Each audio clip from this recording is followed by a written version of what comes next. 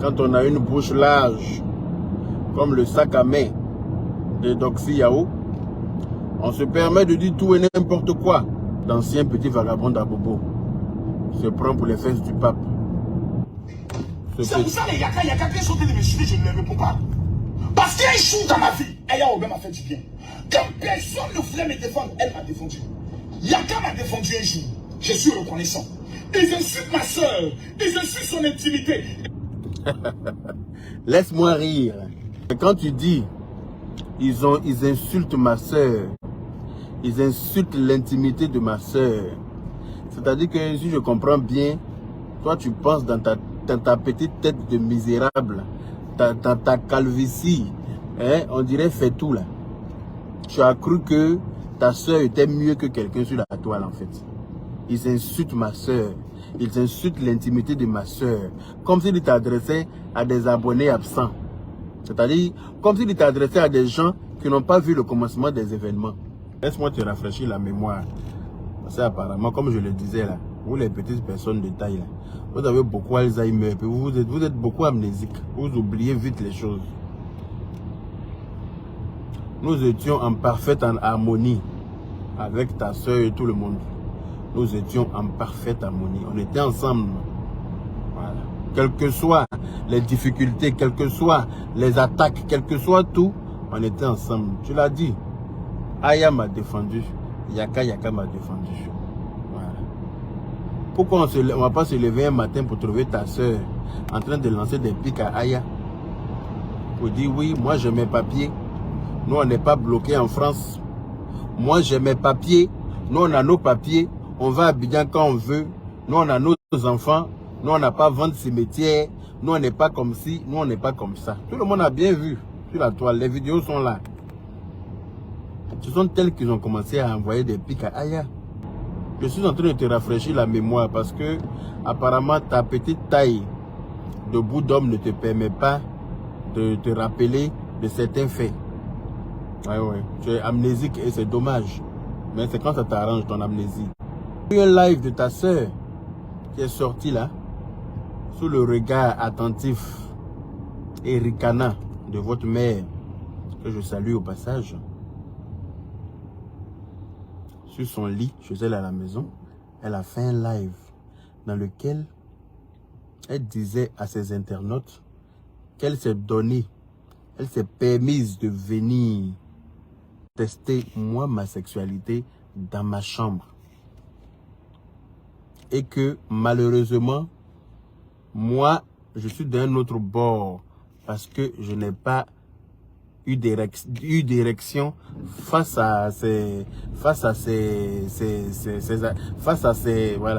avances. Apparemment, tu n'as pas entendu cette partie-là. Il y avait caillou dans ton oreille. Apparemment, toi, tu avais caillou dans ton oreille. Monsieur le général, tu n'as pas entendu cette partie-là. Tu sais, moi, je n'aime pas crier comme façon toi tu cries là. Parce que si je crie comme façon tu cries dans tes directs là, voilà, le pompier va venir me chercher chez moi à la maison. Moi-même, souvent, quand j'écoute tes directs là, j'ai mal à la tête à ta place. Je te trouvais très faux cul. Parce que quand tu dis dans tes allocutions là que nous, on a nos numéros. Toi, tu sais que nous, on a nos numéros et puis ta soeur s'est assise devant ta maman pour dire que moi, je suis d'un autre bord sexuel, comme si moi je suis son enfant, ou bien je suis sa propriété privée. Elle a le droit de venir faire de moi ce qu'elle veut, venir tester moi ma sexualité, et puis venir s'asseoir sur les réseaux sociaux pour raconter sa vie. Ça ne t'a pas dérangé. Sache pour ta gouverne qu'elle ne parlait pas de mes oreilles. Elle n'a pas parlé de mon pied. Elle n'a pas parlé de mon nez. Elle n'a même pas parlé de mes roudoudous. Hein? Elle a parlé de ma sexualité aussi, monsieur le général. Apparemment, ça c'est normal. Ça ne dérange pas parce que moi, je suis tombé du ciel peut-être. Je ne suis l'enfant de personne. Quand tu viens t'asseoir sur la toile pour parler de la sexualité d'un monsieur comme moi, j'ai une famille qui me suit sur les réseaux sociaux. J'ai des neveux, j'ai des nièces, j'ai des frères, j'ai des soeurs. Tout le monde me regarde. Quand elle vient s'asseoir, tu penses que mes frères ne savent pas parler français? Hein? Tu penses que mes frères et sœurs là, ne comprennent pas, ils ne savent pas parler français? Ils peuvent prendre des caméras aussi pour s'asseoir pour dire que ah, elle est venue parler de la sexualité de notre frère. Mais ils ne vont pas se rabaisser à ce niveau parce qu'ils savent que moi-même là, je la bouche pour. Ils savent que celui à qui vous avez affaire là, c'est pas n'importe qui. Vous avez affaire à un caïd. Ils le savent. C'est pour ça qu'ils vous regardent faire. Donc, quand un chanteur s'adresse à un autre chanteur en musique, ben il lui répond en musique. Alors, pour dire que quand un blogueur ou bien un influenceur s'adresse à un de ses collègues en vidéo, ben qu'il s'attende à une vidéo de retour. C'est ainsi que je fais ma vidéo de retour pour expliquer le pourquoi du comment est-ce que je n'ai pas bandé, qu'est-ce qui a provoqué cette érection molle. Et vous n'arrivez pas à digérer ça. Malheureusement, ça a toujours été comme ça. Quand moi, on me cherche et qu'on me trouve au bout du compte, les gens n'arrivent jamais à digérer mes répliques. Et c'est dommage. J'ai répliqué en disant aussi ce qui m'a poussé à ne pas avoir cette érection dont elle est venue faire part à ses abonnés. Ce qui est logique. Et là, tu t'assois, tu dis oui, ils insultent l'intimité de ma soeur. Comme si toi, ta soeur n'a pas insulté notre intimité aussi. Elle n'a pas rabaissé notre intimité. Ta soeur, quand elle dit à Aya Robert qu'elle est vente cimetière et qu'elle n'a pas de papier et que patatier, que tralalé, ça pour toi, ça c'est normal. Tu n'as pas intervenu, tu n'as rien dit, tu as fait comme si tu n'étais pas là. Tu étais aux abonnés absents. Pourtant, moi, j'ai fait mes épieds pour essayer d'arrêter ça. Moi, j'ai fait mes épieds pour essayer d'arrêter ce feu-là qui arrivait là. Mais tu as fait comme si tu n'étais pas là. Et pas aujourd'hui, tu vas ouvrir ta bouche de jument là, pour faire genre. Tu vois ou pas? Donc, vous n'arrivez pas à digérer ma réplique. Après ma réplique, ta soeur est ressortie. Oui, comme elle sait si bien le faire. Elle est venue insulter la dépouille de ma mère de A à Z. Elle a insulté la dépouille de ma mère de A à Z. Elle et ton autre soeur, elles ont fait un live. Elle-même disait dans son live, ah, tu es surpris, hein? Tu ne t'attendais pas à moi comme ça, hein? Tu ne t'attendais pas à ce que je sorte, mais j'aurais pu sortir pour faire la même chose. Parce que vous n'avez pas bouche que moi, vous trois réunis. Toi-même tu es au courant. Vous trois ensemble, vous n'avez pas bouche plus que moi. C'est Aya qui m'a dit, grand frère, il ne faut même pas répondre, laisse-moi faire. J'ai dit, ma petite soeur, tu es sûr que tu peux dire, il ne faut pas me sous-estimer. Et puis elle leur a fait ça, zo, dans le carton. C'est pour ça que je suis resté dans mon coin. Sinon, j'allais vous prendre vous trois sur mon dos pour courir avec vous. Ça, c'est comme, vous-même vous savez. Quand je suis en clash avec vous là, je suis plus excité et puis je suis plus motivé. Parce que nous avons le même level en matière de grade sur les réseaux sociaux. Donc quand je fais le clash avec vous, je me sens dans mon élément. Voilà. Je ne réponds pas à tout le monde parce que ils ne sont pas à mon niveau. Voilà. Aya leur a fait zo le travail. Donc, j'ai préféré ne rien dire. Je suis sorti, même j'ai béni votre maman. Là encore, tu étais aux abonnés absents. Tu n'as pas réagi. Ça t'a pas dérangé. Ça t'a pas dérangé que toi, ta soeur sorte. Après toute notre réconciliation, après le fait qu'on se soit vu, qu'on ait mangé ensemble, qu'on ait partagé des choses ensemble, qu'elle vienne encore s'asseoir, insulter ma mère. Ça t'a pas dérangé. Tu penses que ta soeur est mieux que ma mère? Je ne l'ai pas insulté, c'est pas parce qu'il y a peur de vous. Hein. Vous, votre famille, je vous prends au cou, hein, vous, quand je veux. Toi-même, tu sais ça. Mais je n'ai pas insulté ta mère ce jour-là parce que j'ai eu à parler avec elle au téléphone. Ta soeur me l'a passé au téléphone. J'ai causé avec elle. Je me suis dit, ça va pas me grandir de venir l'insulter, cette dame-là. Elle n'est pour rien. Ses enfants sont bêtes. Voilà, toi tu peux être intelligent et puis mettre des enfants bêtes au monde. Hein. Ce qui est votre cas. En fait, c'est ton hypocrisie là qui me fatigue. Sinon, je n'ai rien contre toi. Je ne te déteste pas et tu le sais très bien. Je ne te déteste pas. C'est pour ça que souvent, il t'est arrivé de m'envoyer des messages. Et j'ai eu à te répondre aussi. Nous étions à ta conférence ce jour-là. On a formé un comité de la Libias et on est venu te soutenir à ta conférence. Et tu m'as demandé, qu'est-ce que vous faites après la conférence? Je t'ai dit, aujourd'hui, j'ai une journée bien chargée parce que je suis invité à un baptême après ta conférence et ensuite à un mariage d'où Afou Keïta est invité pour prester. Donc, je suis très chargé aujourd'hui. Après la conférence, je vais à un baptême, le baptême de l'enfant d'un de mes amis d'enfance. Et après ça, je suis invité au mariage d'une dame et son mari, d'où Afou Keïta est invité. Et tu m'as proposé de passer te chercher quand on ira à la cérémonie où Afou Keïta est invité pour que tu puisses aller prendre tes points là-bas. Voilà comment tu m'as dit. Et comme ça ne me dérange pas que tu viennes avec moi, parce que tout le monde est venu avec moi, le petit comité avec lequel j'étais à ta conférence, ils m'ont accompagné aussi au baptême. Et après ça, nous sommes revenus te chercher et on est allés ensemble à la cérémonie d'Afou Keïta. Je suis passé te chercher. Quand tu me dis je t'amène dans des affaires de Djoula, il m'amène dans des histoires de Djoula. Et donc c'est à toi de payer. Tu m'amènes dans des affaires de Djoula. Moi je ne sais pas que quand on va faire travail dans la cérémonie de Djoula, on fait travaillement, mais tu mens. À ce que je sache, tu es né et grandi à Bobo. Voilà. C'est ce que j'ai cru comprendre. Que tu es né et grandi à Bobo. Ben, s'il y a un lieu à Abidjan où il y a beaucoup de Djoula, c'est à Bobo. S'il y a un lieu à Abidjan où il y a plein de cérémonies de Djoula, c'est bien à Bobo. Donc, ayant été à Bobo, comment on appelle ça, ayant été un enfant né et grandi à Bobo, tu ne peux pas me dire, pour ton level de popoatoya et puis d'affairage que je vois sur Facebook, là, que toi tu n'as pas compris que le travaillement où les gens travaillent l'argent, ce ne sont pas les DJ qui ont envoyé ça, ce ne sont pas les coupeurs décaleurs qui ont envoyé ça. Ils ont copié ça sur les Djoula, ils ont copié ça dans les cérémonies des Djoula. Toi tu es né, grandi à Bobo. À Bobo, là-bas, c'est là-bas, il y a la plus grosse communauté de Djoula en Côte d'Ivoire. C'est là-bas, il y a toutes sortes de cérémonies, djemé, toujours. Donc, tu ne peux pas me dire que toi, tu ne sais pas que quand on va dans une cérémonie de Djoula, il y a travaillement à faire. Anyway, je suppose que tu ne sais pas.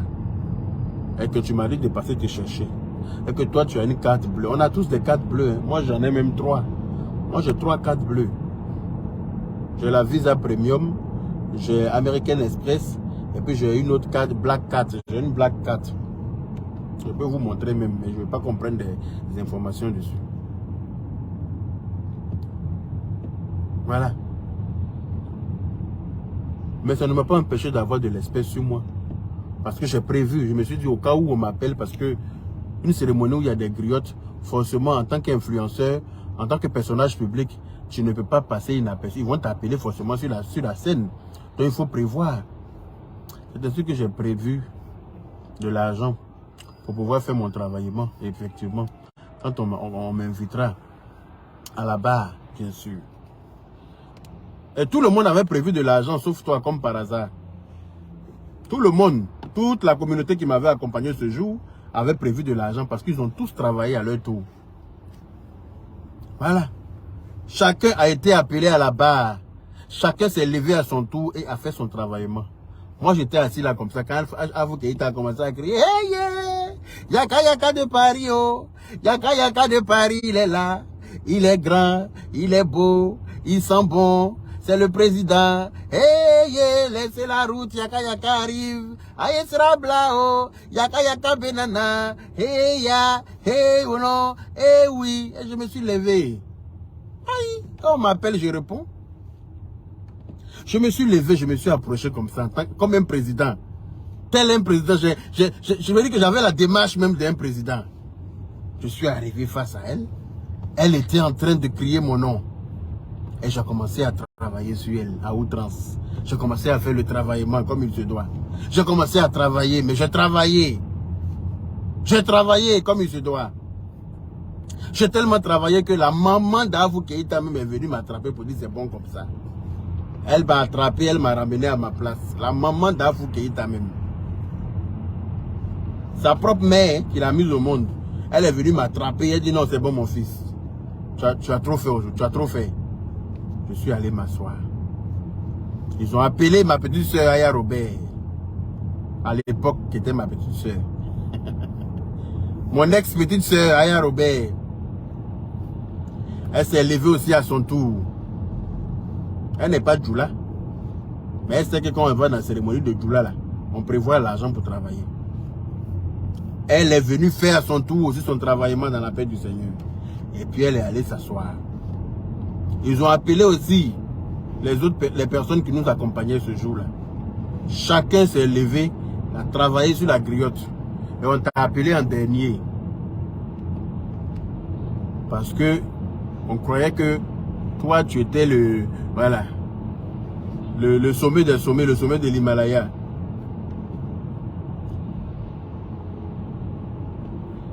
Et tu étais assis tout petit, comme DJ congélateur. Tu étais assis comme ça, recroquevillé dans ta chaise, comme DJ congélateur. Je te regarde, je regarde la griotte qui t'appelle. Diva Blanche de Paris, mon amour, comment vas-tu? Je te regarde, je regarde la griotte qui t'appelle. Je dis, mais dis donc, qu'est-ce qui se passe? Je te regarde, je regarde la griotte qui t'appelle. Tu as commencé à finir dans ta chaise comme Barbapapa d'embauche. Tu as commencé à finir dans ta chaise comme Barbapapa d'embauche. J'ai dit non, il faut que je fasse quelque chose. Il faut que je lui enlève cette honte à ce monsieur. C'est vrai, il m'a suivi pour venir ici. Je ne peux pas le laisser comme ça. Qu'est-ce que j'ai fait? Comme on était assis côte à côte, tu aimes bien te coller à moi partout où on s'en va. Comme un chat avec son maître. Qu'est-ce que j'ai fait? J'ai mis ma main dans mon drekeba. Oui, j'avais mis un très beau boubou orange. J'ai mis ma main dans le drekeba en spi. J'ai sorti une liasse de billets comme ça. J'ai mis ma main sous la table. Et puis j'ai frotté ton pied. Tu as ramené ta main en même temps comme un anaconda, comme un serpent. Et puis tu as take l'argent dans la paix du Seigneur. Tu as pris l'argent. En ce moment, tes épaules te sont gonflées, on dirait chemise succincte. En ce moment, tu t'es senti là. Ta sueur froide a séché un coup. Et tu t'es levé. Là, tu as pu te lever. Là, tu as pu répondre à l'appel de la griotte. Et tu es allé travailler sur elle comme il se devait. Et tu as travaillé jusqu'à... Tu m'as même ramené la monnaie de la liasse de billets que je te donnais. Tu as ramené monnaie dedans. Tellement tu es marmailleur. Et comme je te sais marmailleur, je t'ai regardé du début à la fin. Je voulais voir si tu allais tout travailler ou bien si tu allais mettre la monnaie dans ta poche. Et comme nos yeux ont fait 4, c'est-à-dire que nos yeux se sont croisés, nos yeux ont fait 4. Je t'ai regardé du début à la fin. Tu t'es gêné de mettre la monnaie dans ta poche. Tu es venu t'asseoir à côté de moi et tu m'as glissé la monnaie là, en spi, comme je t'ai donné. Et tu m'as dit, quand on sort, je vais te rembourser. Moi, je ne sais même pas combien je t'ai donné. Parce que j'ai mis ma main, le paquet que ma mère a pris là, c'est ce que je t'ai donné. Tu es allé travailler, c'est pas combien tu as travaillé. La monnaie que tu m'as ramenée là, c'est comme ça que j'ai mis dans ma poche. Donc je ne sais même pas combien tu as travaillé exactement. Tu comprends ou pas? Faut rien.